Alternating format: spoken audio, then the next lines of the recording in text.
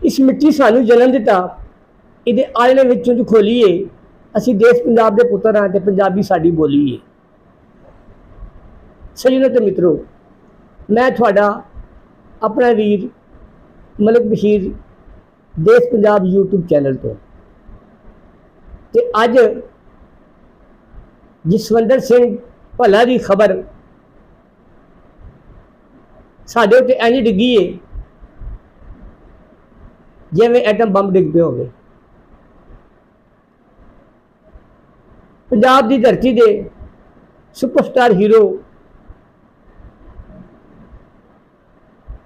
पंजाब के पंजाबियों नाल प्यार करने वाले जसवंत सिंह भला जहान फानी तो कूच कर गए हैं।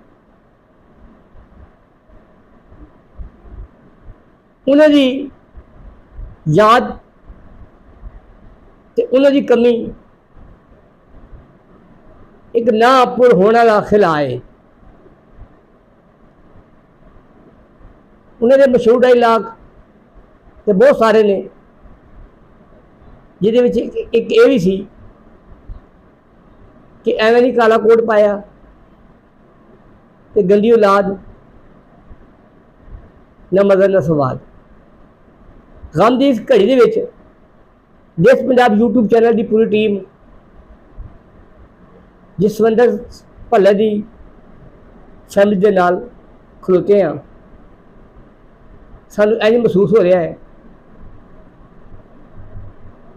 कि जिवें साडे अपने घर का कोई फर्द साथों विछड़ गया हो।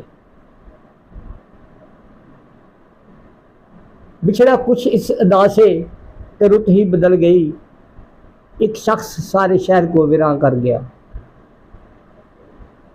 जीवे जीवे देश पंजाब।